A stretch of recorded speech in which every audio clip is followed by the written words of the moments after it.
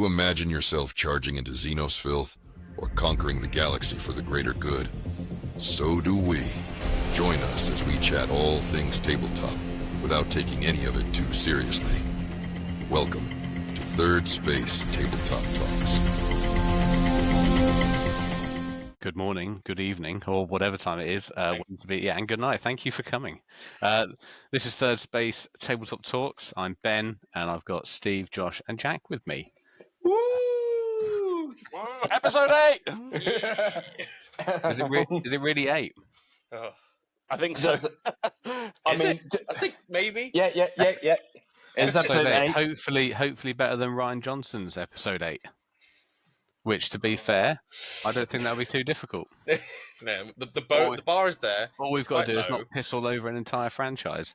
Anyway, let's talk about the Saturnine launch. Segue.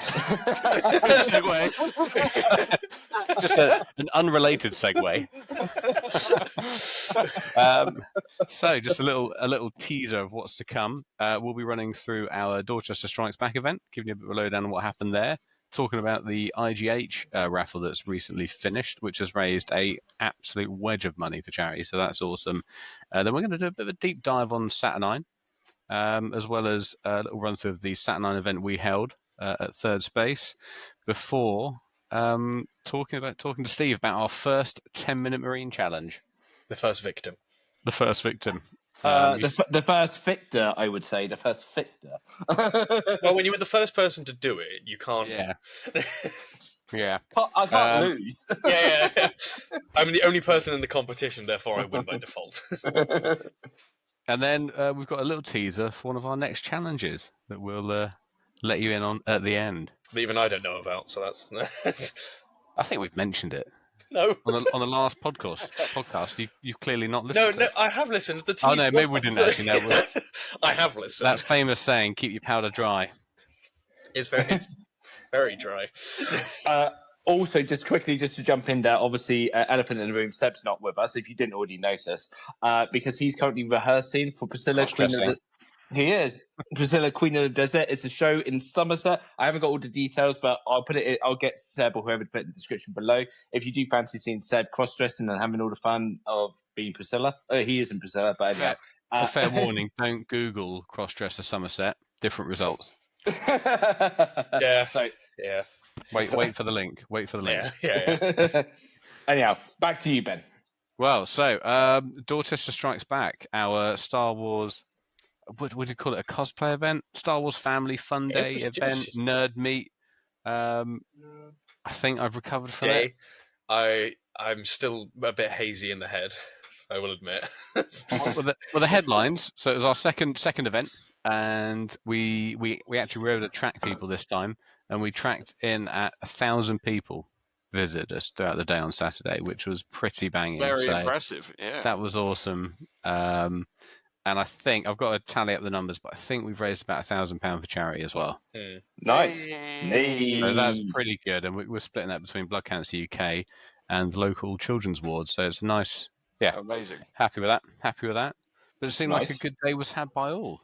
Yeah, it was quite a fun day just from wandering around and even working on like the stall and everything, and seeing lots of people being like, "Oh, I actually do like Star Wars. I remember now." Yeah, I was a bit upset that I wasn't able to properly help out. I just returned from a cruise, and I've been eating 3 courses a meal 4 times a day for a whole week. And I figured with people waving lightsabers around, I was in danger of being burst like a balloon at that point. Hey, Jabba, no bother. So it was a good event. Who was there? Everyone what did you have down there, Ben? So everyone knows. So Star Wars. They know what to do. Well, they know that they need to put it in the calendar for next year. Yeah, so next year will be the same weekend, first weekend in August. Strikes Back. We've had you have members of the public come along, so it's a free event. So families come on down, and then we organise different groups to attend. A lot of them are completely voluntary. So we had the UK Garrison, the 501st, and they're a group of guys and girls who do a lot of stuff with Lucasfilm and Disney. So The Mandalorian, the scene where in end of season 1, where you got Moff Gideon outside with a load of Stormies, that's all 501st that went in. Well, Yeah, Nice. it was all them because I think they didn't have enough armor like presence, so they were like, "Can we get these guys in?" And they were the people that showed up. Yeah, at the event. it's amazing. So they produce. I mean, to be fair, I think all the costume groups that were there do it to the same level. So they have like an approval thing, in order so that all their costumes are completely screen accurate. And then when they're there, no one takes helmets off. They all change in a different area. They keep. It's all about keeping the magic alive, which is is a really cool thing. So yeah, UK Garrison 501st were there. Mandalorian Mercs, they're a ton of fun. So they get quite a lot of freedom with their costumes, but they are a really good bunch of guys to have. So we had a really good laugh with drinkers them. too. Yes, we did go out with them afterwards, and that was a lot of fun. Who else do we have? Dark Empire, another costuming group that focus on like the dark side of the Force and that kind of stuff. Saber Guild were there this time, first year for the Saber Guild, which was really cool, and they were doing like lightsaber training outside for kids and big kids, and they were super busy all day. So that was awesome. And then we had James from Jedi News down. So the first time James has been able to join us, but he was great. He brought down the latest Lego sets. He was just building Lego all day. Yeah, James has been doing this for 20 years, I think, and James has just he speaks to companies like Hasbro, Sideshow. Is very involved with Disney, so he's a really interesting guy to talk to. So it's big shout out to James for coming down. And then we had Wagamama, who were very kindly putting food on for everyone, free of charge. The tofu was really nice. Yeah, they're always Wagamama's just Adam at Wagamama in Dorchester is an absolute legend. And then Dark Bear, we had Dark Bear down doing their delicious cocktails, which were delicious. They gave you a boost. I know that for a fact. I think you were just like the one with caffeine. Yeah, I think I had about 3.5 hours sleep the night before because I woke up thinking, I know, I'm going to change the layout. I'm going to change the rotor. Yeah, I was going to change all. Did they sell a Gridport dagger? No, it was all Star Wars themed cocktails. I had something like Vader's. I think it was Executor or something. Something like that. I don't know. It was. I had Java Juice, which was rum and gin, which it went down very quickly. Yeah, 2 of those saw me off. They were great.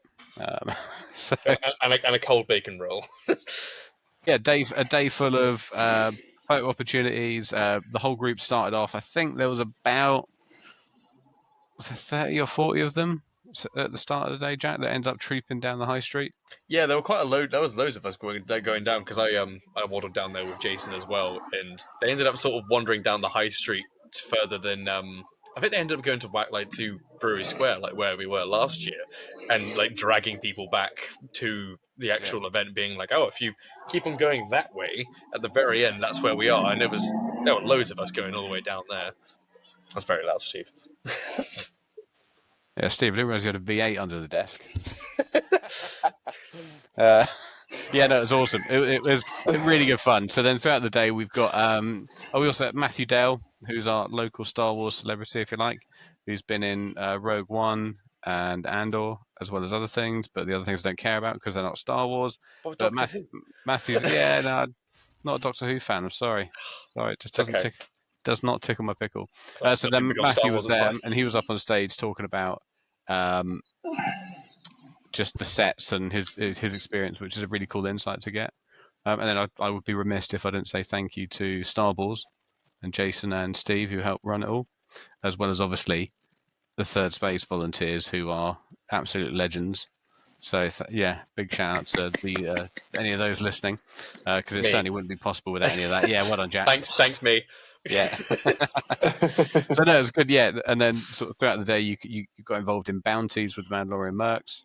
So if you found the bounty, they went into the cage, and then they donated to charity. It was a ton of fun. Raffle at the end of the day as well. All of that kind of stuff. It's a free event. There's no ticketing. There's anything like that. You just come along and get stuck in. So yeah, I think now I'm over it. I'm ready to think about next year and see if we strong. Only 2 days after. Yeah. Well, Jason was talking about it straight away, and I'm not. Yeah. It was on the day. He was like, "Oh, so next year," and you were just there like, "Oh boy." I'm not drunk enough to talk about this. Then the day 2 we had the card games at the archives. So we had our Still Play for Unlimited, which was a ton of fun. I found out I was playing the game wrong the whole time. That's probably why I came 9th out of 10 people. Fair enough. What were you doing? So I thought, in most card games that I've played in my life, you always you draw one thing when you draw and you go into the new round. No, it's two. So I was always wondering why I was like, damn, a 5-cost card. This is insanely difficult for me to play. No. So I was wondering why I was struggling so much. But from now on, now I know that everything's going to be a lot more fun. But well, Jack, so you've learned how to play Unlimited now. Yeah. So every game from now on will be much more enjoyable, but I've been having fun anyway. Joe had a good time. Joe came first. He was so surprised. Joe, as in Navy Joe? No. Nah. He came 5th, I want to say. Yeah. Okay. But the other Joe, because we were going through who was going up and up and up, and he got to about 3rd place, and I was like, hold on, wait a minute. I was like, his name's not been said yet. So I was like, what do you mean he's going to get higher than this? And then George was like, I came 2nd, and I was like, no, wait. Does that mean he won? What do you mean he won? Wait, this which Joe time are we talking round, about here? Joe D. The other Joe D. The other Joe. He was Ultramarines on the Heresy night. He brought Ultramarines with him for the Heresy night. Yeah. I didn't realise he played Star Wars Unlimited.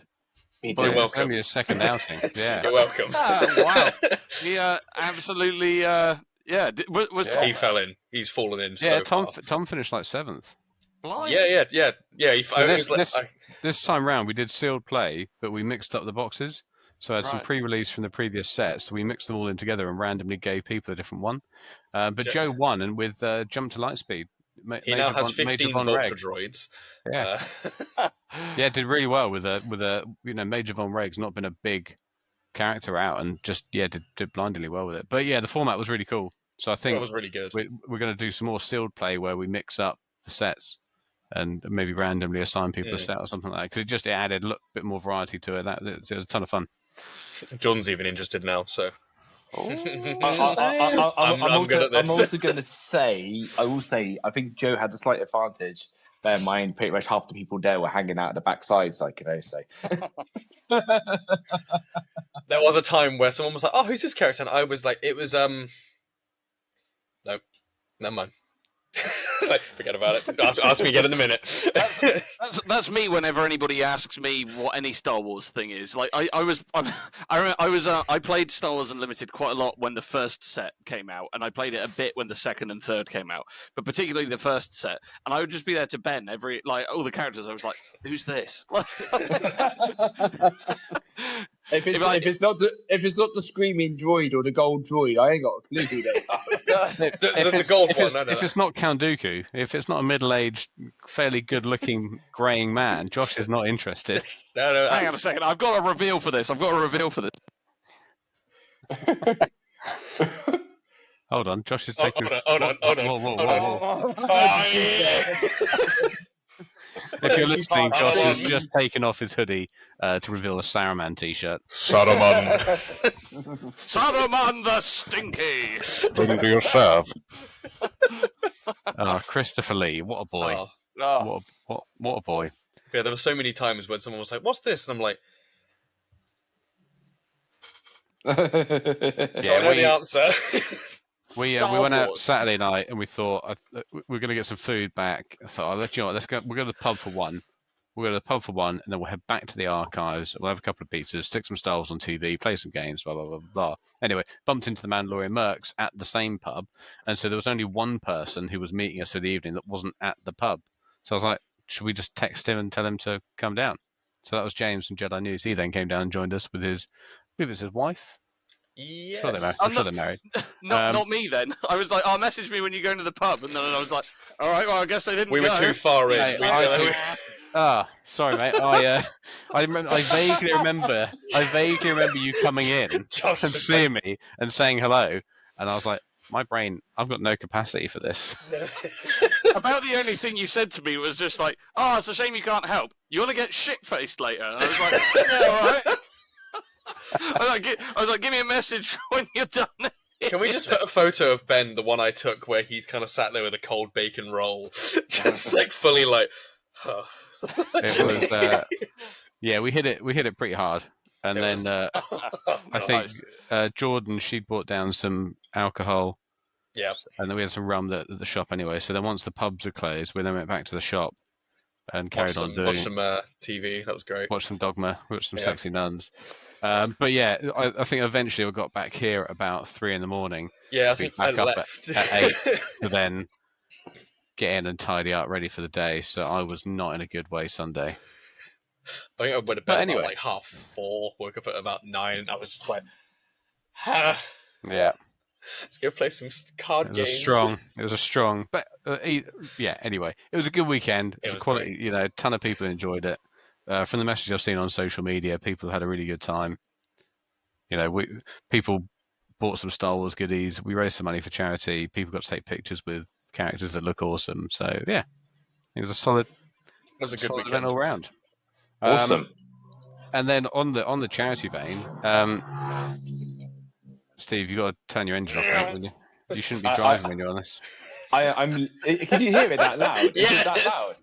loud? It sounds like you're walking past every so often, going. I'm literally sat. Steve, if you could just pull your vehicle to the side of the road for a second. He's got a train set just going round. I'm there. Oh. I'm just shutting all the windows. I'm sweating in this room now. Wow, Oh my God. There's a vibrator in our bottom. Yeah, we had to make a tactical edit there, folks. But if you want to see the full uncut version of that segment, you'll have to go over to the Patreon. Sorry. Yeah, Steve, tell us about the GH. IGH. He's still recovering from the weekend. I'll take it here from there. IHG, I think that's a hotel chain. But the IGH is a group of hobbyists that have got together to help raise money for charity. Indeed. So basically, the IGH, the International Guild of Hobbyists, they built 4 detachments of Space Marines, totaling 10,000 points altogether, and it was all raffled off on the weekend. The raffle finished and closed on the weekend, and they managed to raise a grand total. So they raised £6,540. But because it was on raffle, unfortunately, our takeaway from that was 5,559. Because why not give £1,000 to a hosting website? But we were split between 3 charities, and our detachment, so Third Space and the Jedi Archives, we did our own detachment, which is Stormlance detachment. Our own detachment raised £1,853, and that one is getting sent all the way over to Washington to the winner. So and our money, the money we raise is going to Mind charity. There's also endometriosis. Endometriosis. Yeah, that's the one. The charity supporting that, and then there was a German charity as well. I thought that was the name of another detachment you were coming up with. No, so all the monies get separated. It did really well. It was good fun. Although bless Dave, the guy who organised it, it was an I don't know how he did it. I don't know how he done it. He had models getting sent from all around the world, and yeah, it was a hell of a lot of work. But it's all done. So they're going to Austria, Thailand, UK, and America is where the 4 detachments are getting sent to. So yeah, all done. So well done. That is a monstrous amount of money raised. I was going to say, wanting to blow my own horn as part of this, but if we take the amount that the Third Space detachment made and the amount that Dorchester Strikes Back made, that means that as a community, Third Space has raised nearly £3,000 for charity in the last couple of months. Like, 1,800 for one and like £1,000 for another. So yeah, and it's worth saying both, Steve and Ben, you both have been instrumental in arranging those things. I'm not patting myself on the back here, so big hand to both of you for that. Awesome. I'm going to give at least 80% of that to Steve. Yeah. Steve's like, dash of modesty. Steve's like, yeah, I'm actually claiming 90, motherfucker. I'm going to take all of it. You ungrateful bastard. No, it's look, I couldn't take what they did there for the International Guild of Hobbies was massive, it was monumental. You totally need to by the way, if anyone listens about Warhammer Heroes when it comes around next year, please vote for Dave. That man needs to be a Warhammer Hero. You thought it was going to be a shameless plug for yourself, Steve. I wasn't going to lie. That's why I rolled my eyes. Vote for me. Vote for me. I want to be it again and again. Steve's gone full on Donald Trump. And it's just like Nobel Prize for me. I Again. do deserve. Steve's trying to get a second term. Second, So- it's all about 2028. Yeah. Oh, I can't. Let's not go down that rabbit hole. Let's not go down that rabbit hole. We'll park that there. Just Nice. On brand. Anyway, so dictators aside, actually- Saturnine. Oh. So we've been through the Saturnine, and I feel like for us, Saturnine is probably a tale of two halves.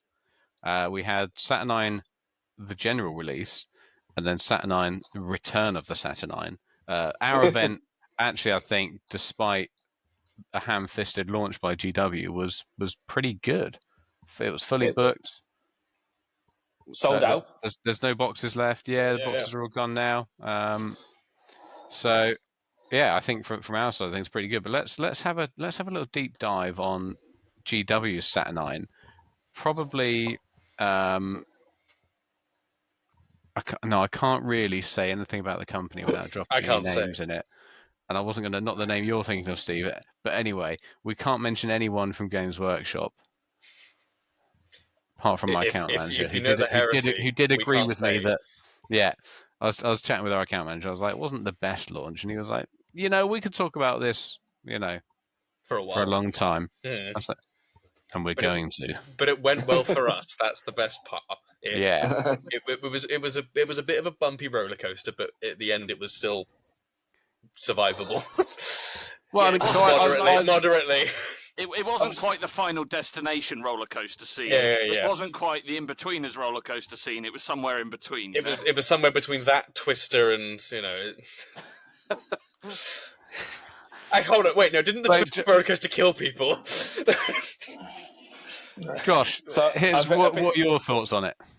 Sorry, I- Steve. You get back in your box. Mute.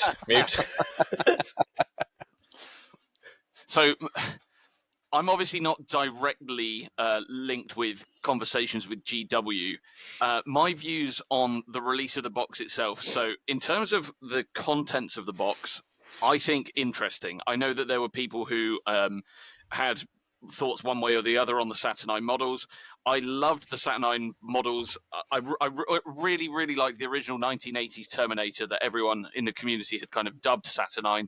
When they said that we were re-releasing Saturnine models, I was quite excited about that. Not excited enough to buy any, admittedly, but excited nonetheless because I'm sure at some point in the future I will pick some up. That being said, the launch itself and a lot of the changes to the rules I find perplexing. I think that one of the things that occurs to me about the release is that they've tried to be really thematic with some of the stuff they've done. So there's now a whole mini game for basically posing challenges between characters and playing out fights between those two characters within a challenge setting once they get into close combat with one another. There are a host of other changes which I think some of which really work and some of which don't. I'm almost tempted to say I feel as though they could have done what they've done with this edition with a completely separate game. And by that I mean Heresy 2.0 and Heresy 1 before it were very much like here's a game for the old gits who remember how 40k used to be and really liked it and were upset that you changed things in 8th edition and have kind of gone off on a different path to what they really loved. Heresy 1 was very similar to 7th edition 40k. Heresy 2, they added a few more things, but I think that they were all very thematic. Heresy 3 seems as though it's a bit of a departure from the kind of what we knew and loved. And as one of said old gits who liked the old style 40k, I'm not convinced by 3rd edition Heresy so far. It's fair to say I haven't played much of it because I've been on holiday, and I'm definitely going to give it more of a go. All I know is that Sanguinius took down a Titan, so it's a win for me. Yeah. It's true, yeah. More accurate. Yeah, he certainly took down a Warhound. I don't know how he would do against one with a strike weapon in close combat. We'll find out in the next episode. Yeah, I actually... Is there nothing Sanguinius can't do? Come back next week and find out. I'd say apart from make it to the 41st millennium. Yeah. His I'm, memory does. I don't actually have a strike weapon for any of my Titans, so I'll have to acquire one so that we can test it out. I've tried a bit of the initiate, like the challenge system the other day, and it's basically like the normal fighting you would do in Melee, but you have like extra little like additions to it, like the gambits. Like some of them are really useful. Some of them are kind of like you borderline would take this one, where it's like you get 2 dice when you roll to see who goes first, or you one of the ones that the word bearers can get specifically is if you pass the leadership test when you first fight, it increases your strength and initiative and attack. So like you would be at a higher chance of winning if you pass a test, but if you don't, you just take more damage, which makes it easier for your opponent to kill you. And it's like it's kind of just like how normal Melee works, but you're only doing it with like 2 characters with like benefits rather than it being like I said, like, it's a kind of little mini game, but it's kind of like thematic. But there is like ones where you can like decline the challenge, but you get debuffs, or you can use one where it's like withdrawal, where it's like you do 1 attack, you take less damage, and then the combat ends, and then you just go back to normal charged in fighting, which I quite like because then, you know, if you've got a character who's like, so I would have Zardu Layak for word bearers, who's really good at possessing people, but he has to survive past the combat phase and getting challenged. So like I would just be like, cool, I'm gonna withdraw so I can do my fancy shenanigans, even though you've got this absolute like dick smasher of a character who's challenging him to instantly murder him. And I wouldn't enjoy that fight. So I'm like, I'm gonna avoid that. What And is that? so- In, so is I'm that just in, gonna is say- that in his keywords? Yeah. I was Like, gonna say- there's like an Ultramarines character with a keyword like loyalist, Astartes, dick smasher. That's his. Smasher 4+. Like, Yeah. But like I do quite enjoy it, and like I ended up losing the one that I ended up trying because of just the dice rolls and testing. Yeah. But then but when we were playing, I had 20 tactical marines I used Fury of the Legion with, and I only killed 3 space marines, and that's like, but that was still 60 bolt shots, and I only killed 3 marines just because of how the like, you know, AP and stuff works. Whereas in like 40k, it's like, oh, well, you're saving on 6s, so good luck. That squad is pretty much gone, apart from like 2 or 3. Whereas in Heresy, it's like 3+, you're fine most of the time, which was the case. But then another one, I fired 10 shots into a squad of 10, and they ended up losing like 7 just from bad dice rolls. Not like, oh, I have this weapon that's instantly going to murder you. But it's like, if it does, there's a reason why it does it. Like, as we were saying, the las cannons, the only bad target for a las cannon is a tactical marine squad, because it's just like, you hit them, you kill them. That's pretty much it. There's no saving, there's no figuring out, unless you're like a breacher squad. But the challenges I quite like, but I've yet to do a proper game where we have like Legion specific rules in effect. It was just like how we had that scenario with me and you, Josh, where it was just like tactical marine, leader, seeing what all the little keywords meant, and like teaching someone how it works. But I quite like it just because I've come from looking into 30k from 2nd edition with like an absolute tome that's about that thick, and just being like, I'm confused. But that was like the second game system I picked up, whereas now I've spent 2 years figuring out how the hell Warhammer works, and then getting my ass handed to me at a tournament, I now know what the different words mean. So it was easier to go into 3rd edition, and I seem to be like one of the only voices of reason to be like, get into 30k, it's good now, please. yeah. But apart from the like selling of all the boxes, that was just like, take them now, go away. One of the things that's worth noting is that there was a kind of challenge system and all of that already in 2nd edition of 30k. It already existed. Just now it's been expanded and kind of has extra stuff going on. And I think that's sort of part of it. It feels like the mental load of the new game is probably higher than the previous edition of the game. There's a lot more things to keep track of, just because, but it also overcomplicates it with when the like tactical statuses would start, or when things would trigger, because it's like, oh, you would do this at the end phase, at the end of the round, not when the things happen. Like in 40k, like say for the Infernus Marines, it's after you've shot, the unit you've shot at takes a battle shock test, like there and there, where it's like, oh, you've lost 25% of your models. You take a test at the end of the end phase, not the end of the thing you've done. You have to take it at the very end rather than now, and it's like you have to then remember when you have to take it rather than just doing it now and seeing it. But that's probably the only complicating bit that I've found, is just trying to remember, like, oh, I have to do this later rather than now for some reason. But there is a lot of sort of mental gymnastics you have to jump through to figure out how stuff works. But that just might be how the old versions of like 40k worked. Like as you said, they were old, like based on old editions. Whereas like I've played lots of 40k where it's all squashed down and simple, rather than all of these rules with like hull facings, pivots, and the like firing arcs. But I'm just super young, so I'll take that. Steve, what's your take on Saturnine?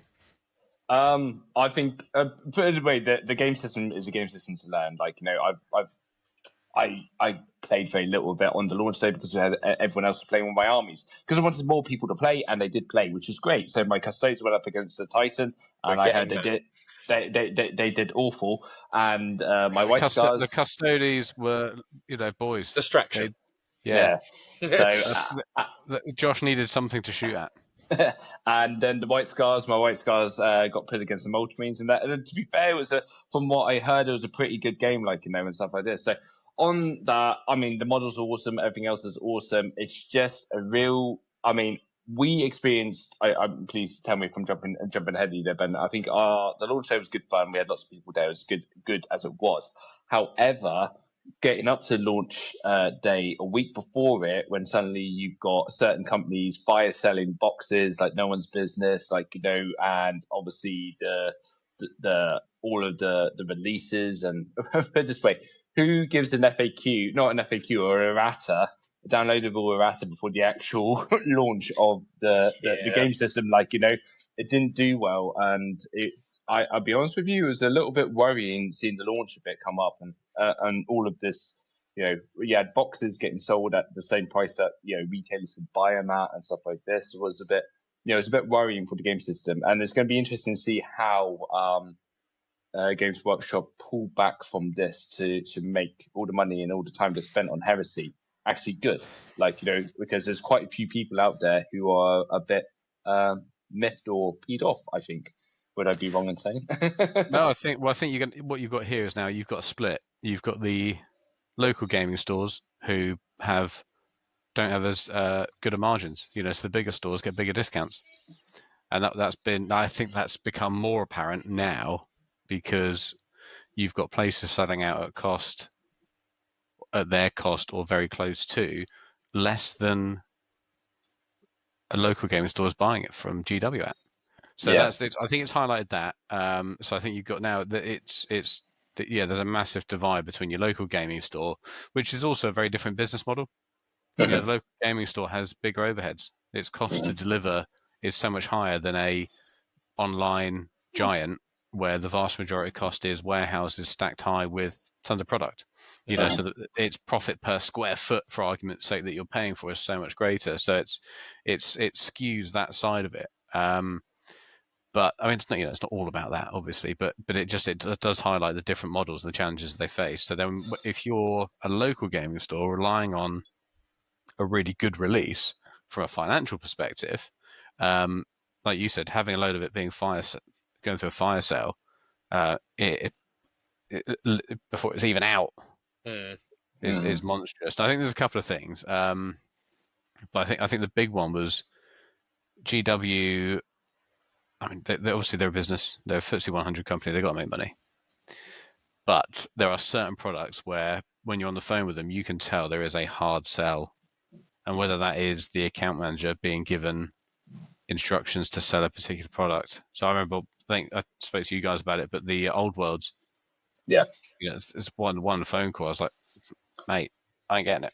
So, Ben, I was just jumping on. So, just saying, Ben, I think it was interesting, what you're saying there with the Old World, because our community has no interest in it, and I think anything that we do, and the interest that the community has, is the reason why we had the successful launch. You sold out of all the Saturnine boxes, the stuff that's there. There's a demand in our community for those things because we wanted it. We didn't, not so much we didn't listen to the hype or whatever was going on. Lots of people were saying, shouldn't do this, this is going to be rubbish. And the reasons they're saying it's going to be rubbish was there was the releases, there was the fact that everything was getting sent to Legends, and loads of people were like, well, Heresies is rubbish, I'm not going to buy it. Where in actual fact, we like the idea of Heresy. It tells a story, and we want to be a part of it.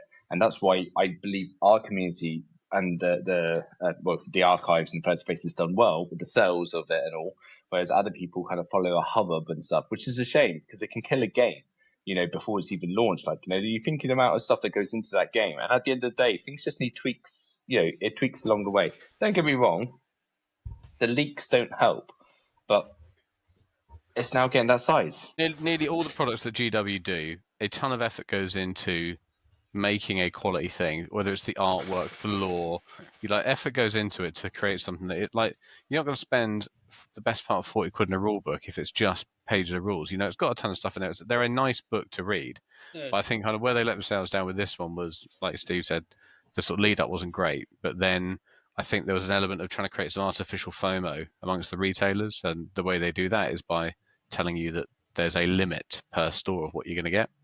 And whenever they have a limit in place, they then ask you if you'd like more than that limit, and that then goes for approval. And so the suggestion there is that you're not going to, that the boxes won't be as widely available. And I think the issue here is that they've told everyone the boxes won't be widely available and that there are limits, but then those limits have not come into effect. So there'll be an awful lot of people who have over-ordered based on the idea that maybe it's going to be a limited run. So higher sales. Your expectations are quite big because you'll be thinking, if you're an online retailer, I'm not going to mention any names, but if you're a big online player, you'll be thinking, great, well, we're going to get a few hundred of these boxes. No one else is going to have them. So this is going to be an easy sell for us. We're just the higher discounts as a customer is it's very appealing, if you know what I mean. Seeing big minus and it's this is 60 quid normally, now it's 30. It's so one thing also that was interesting as well, if you don't mind me jumping in there, is how that the subtitles in the box has gone straight up for pre-order straight away so quickly, and I feel that has only gone in, and I do believe in the theory that I said to you, Ben, is they've done this because people have got lots of these Saturnine boxes because of the botched launch sat on their shelves. And they've done this release of all these other models quickly because if you look at it, a Saturnine Dreadnought is 60 quid, is it? Am I right in saying? So suddenly people are actually, these Saturnine boxes are good value. We better go buy the box, for the model's sake. I think it's gone that way with it. And that's the first time Games Workshop has done anything like that by bringing the pre-orders for the actual items in the box forward so quickly to be able to help all the other retailers sell the extra boxes that they've got because to show the value for money at that point. And it's 67.50 retail. That's one of the most expensive dreadnoughts out there. Yeah, probably the most expensive if you're not including. I think the Leviathan one's not even that expensive. No, Leviathan's not 40 something. I think. The only one that's more expensive than that, I think, is probably the Telemon Dreadnought from Forge World. So, yeah, there might be something to what you're saying there, Steve. They might be because normally 52. Normally Games Workshop like to sit on these things for a while, don't they? They like to release it and be like, well, the only way that you can get this special thing is by buying you get this massive 2 to 3 month gestation period, don't you, for a new box? But they've just gone straight in with it. It's an interesting time. I mean, the other thing that's going on is the GW, the IP/trademark court cases that are going on at the moment. It has gone wild. There's one there. Sorry, I've just jumped straight in. Did you not see the one about Joy Toy? They released a helmet, and then literally the day before they released the helmet, the Joy Toy helmet, they put cease and desist on a couple of cosplaying people who 3D print the helmets. Yeah, just Galactic Armory and whatnot. And they've been doing stuff for years. But these guys are the reason why this is a product to sell, and they've come down with a hammer, bang, and I don't know. It's to me. I mean, it is their IP, which I do. Their IP, they own it. Yeah, but totally. It's still promoting and using their stuff, and the fact that the 3D models and the files were that accurate, it is still their IP and product, which I do obviously get, but it's still a massive. I mean, Galactic Armory, they will be fine.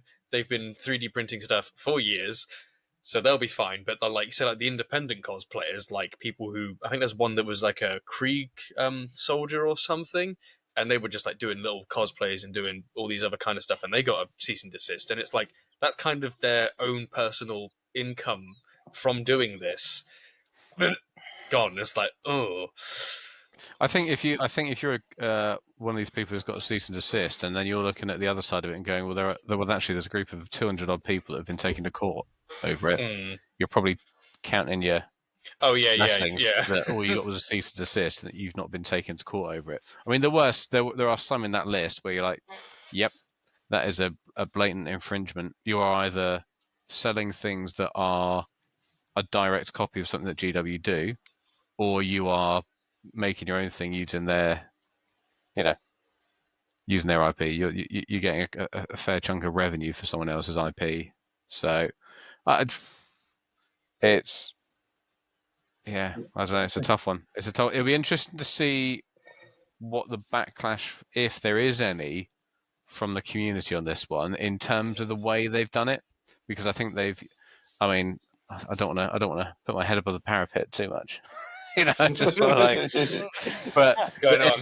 And I would like to point out that they're well within their right, but I think it's a state law in Florida that allows you to do a trademark court case with everyone bundled up into one thing. So rather than having 20 or 200 different court cases where you're going each one individually, you're just doing the whole thing as a big class action suit or something. Yeah, exactly. And it's an interesting one. No, it definitely is. I think part of the issue that Games Workshop will have, I'm sure, is that as a company, they are fairly massive and they are known for being fairly litigious. But if you're thinking from the perspective of them as a company, they have an intellectual property that they need to protect, and there will be lots of people who are generating goodwill for your company and exploiting your IP, and a lot of people who are generating no goodwill for your company and exploiting your IP, and you've probably got to swat like 50 flies a day or something, and you probably don't have time to be like, right, let's spend 3 weeks watching this person's videos and looking at all of this person's content to figure out if they're one of the good guys. They probably just like, right, here's a load of people who we know have done stuff with our things, we just send a cease and desist out to all of them. There's probably not specific ill will intended towards anybody, but it's really difficult within the community to see like one of your favorite creators or somebody who is only a force for good in the hobby just get treated with what seems like a complete disregard from the company, right? Yeah, it's like the text-to-speech stuff. Everyone loves that, and that's kind of how everyone canonically thinks Rogue Dawn has like mutton chops, but like nowhere has ever had that. Rogue Dawn's never had mutton chops, but that's like the consensus because of this beloved YouTube series, which again, like as Josh said, is like they might have profited from it. I don't know if that was the time period where like you could earn money from YouTube, but it's like with Galactic Armory, they have profited from GW's IP, selling those files to make helmets, and it's I mean, put it this way: this is literally when Emperor's just about to hand over Horus, the War Master. It's just Games Workers coming along and just leveling the planet, isn't it? Just leveling everyone, just being like, right, no, this is not going to happen. I'm going to put my forces here, and this is the way we're going to go. And here's Horus. And then Horus goes down, the universe is going to be ruined by Taxman's. I mean, I think there is a big. When you look at the names on that list, there is a big difference between someone who is having a bit of fun with it on a small level, creating their own 3D files because they're spending time designing it, etc., etc. There's a big difference between someone like that and a recaster who is literally just copy and pasting your stuff. And a lot of those companies are in that list as well. There's a big difference between those two. I absolutely businesses. agree with you, but I guess the question that will be asked by Games Workshop is, what is the what's kind of the incremental cost, or what's the opportunity cost, I suppose, of allowing it to continue versus putting a stop to it, right? So from their perspective, they'll be saying, okay, we might lose some goodwill. Some people in the community might say, oh, it's a bit shit that you did that. You could have just left that person alone. But unless those people specifically choose to vote with their wallets because of that action by GW, effectively it makes no difference to them. That person might have generated goodwill or done effectively what is free marketing for them otherwise, but if they're not making any efforts to measure that, then effectively they'll just say, right, we've done all of this, let's have a look. Are we generating more profit than we ever have done in the history of the company? Yes, we are. Let's just keep doing it then. I honestly think this is setting the foundations of things to come at the end of the day. There's nipping stuff in the bud now, putting people to rights with the things that are coming up on the horizon, and that's it. They're literally like, we're not accepting this at this present moment for it not to become a thing later on down the line. It kind of sets it. I mean, mark my words. Stamp me now. It's the 4th of Remember August. the day. 4th of August, 2025. I'm saying it right here, right now. 8:36 p.m. Within the year, within this time of the year, some big stuff is going to have happened with Games Workshop, and I feel like this is just laying the foundations. This is basically going along and saying no, just like Disney does, just like whoever, just like nah, get off. We're going bigger. We're getting better. So, and it's setting it up for what's going to come. Well, that's my personal opinion, but then. I might be wrong, but I'm just this will be this is the Stephen Wennigan hobby moment. Just Very Irish. I'm not affiliated with this man. All the Irish. Anyway. Well, we've taken quite the segue there, but it's interesting. I think it's a really interesting thing to talk about. Last podcast we talked about our painting challenge, which a few of us have had a go at. Steve is the first victim who's disappeared. I am coming back. I've literally thank you for that cryptic reveal there. For those of you watching, you'll be seeing some clips very shortly of Steve's 10-minute marine. But Steve, talk to us about your experience of trying to paint a space marine to the highest standard you can. Have a blowing montage in 10 minutes. Start and get going. Right, 30 seconds in. Oh my god, a minute in already. This is not fun. I was being clever using white. Iron 10 was not. Right, no. Awful decision, Steve. You are making an absolute mess of it, you pleb. What should I do? Oh my god, this is so difficult. Dry, will you? Come on, girl. Oh my god, I now got blue paint all over my finger. I've just got wet paint on top of wet paint at the present moment. Oh my lordy. Oh my god, this blue's taking forever to dry. Who needs 2 thin coats? Red. You're abysmal and you're a disappointment to yourself and your family. Oh my emperor. Change that brush down. How's it looking? Freaking awful it is. Get off! What do I do, my brush? Right, don't touch the shoulder pad because it's wet, Steve.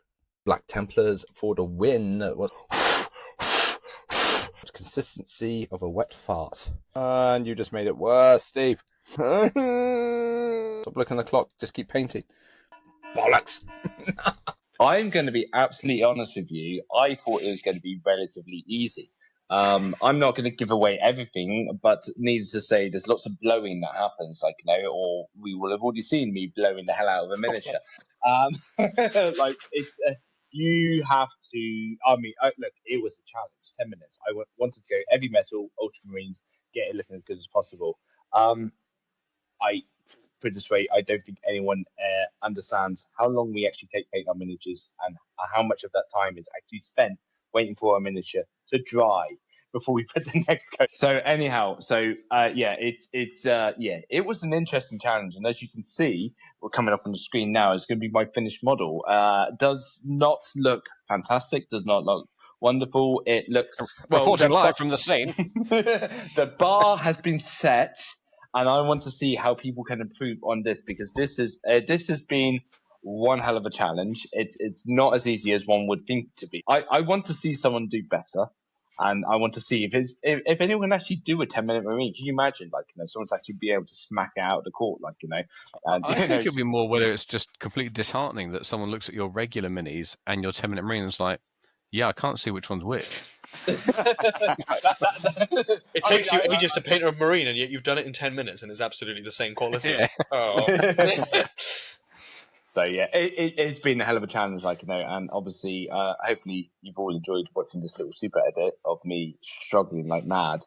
Majority of it is me just blowing on my miniature and shaking it like mad, So, Steve, for those who aren't watching, who are just listening, sorry, you might have already said, was it an ultramarine that you painted? It was an ultramarine. I wanted to go ultramarine. I wanted to go heavy metal style. So it was going for the blue with the yellow trim on the pads. I wanted the red in the eyes, yellow on the front.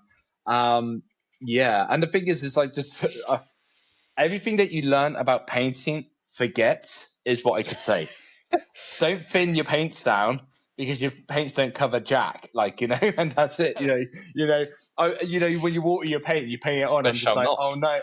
oh no, I need to put more on. Oh no, it's just water. Oh no, no. Do you remember how many different colours you managed to get through, Steve? I think I optimistically wanted to do 2 layers and everything. I ended up just 1, 2, 3, 4, 5. I'd say about 6, 7 paints at most. And I tried to put a wash on as well. It wasn't worth it. So it was hell of something. So it was Lesson learned. Yeah. So it was fun. Since Ben, it's you're muted the first still. one, since it's the first one, we can't dramatically place it on the leaderboard yet, or maybe we can. We'll take a nice little picture of it with a number 1 A star because it's first try. currently the best. Ranked number 1 out of 1. I'm still winning. I'm winning here right now. Like, for the next fortnight, I am winning. And we never release a next episode, so he's always winning. So, next week it will be me and Josh sharing our Tambourine. We happened to be there on the same day and thought, fuck it, should we give it a go? How hard can it be? I tell you what, I'm looking forward to seeing it. We won't say nothing. we'll wait till then. Bit of tease. So, and then a little teaser for our next upcoming challenge, which we're not going to say too much more than the name of it, which is Going Postal, which will ultimately be finding new and inventive ways to transport minis. Oh no! I think maybe the rule is you just can't use anything paper-based.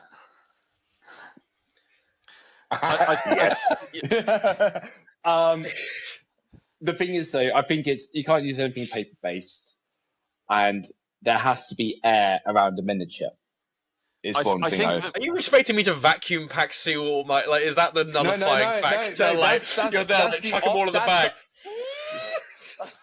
That's the opposite. That's not air around a miniature. Like, it has to be. You said they're having to be, so that means you've excluded vacuum packing your miniatures.